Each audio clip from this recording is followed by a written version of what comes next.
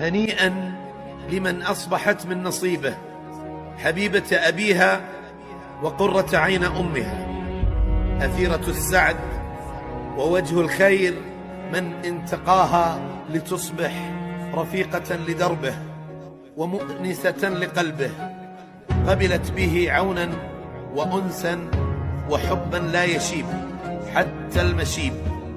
في هذا اليوم سوف نحيي معنى اللجوء من الحياة إلى الحياة.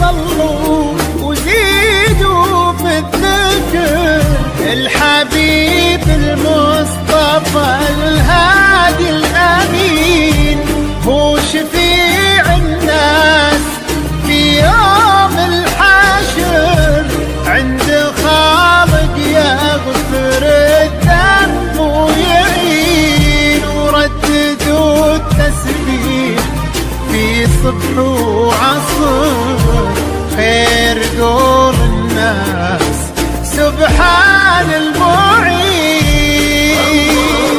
طلعت بدر نصف الشهر، نور طاويل كل العالمين. انظروا طلعت بدر نصف الشهر، نور طاويل كل العالمين. الجمال اليوسفي فيها افتخار، حظ زين فيك يتبادى ويبين، يا سليلة عز من بطن وظهر، يا سمية ذكرنا الحصن الحصين.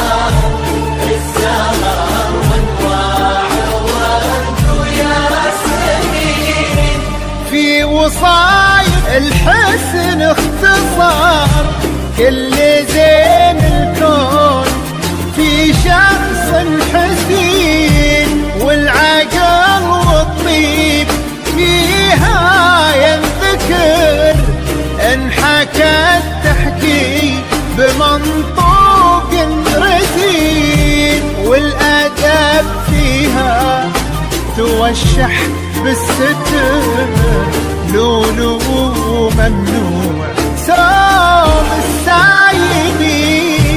يا حضور ادعوا لها حسن الأبرار، وادعوا الله يحفظ الدر الثمين، يشبه اسمه بطباعه وانحضر، كأنه السلطان بين الجالسين،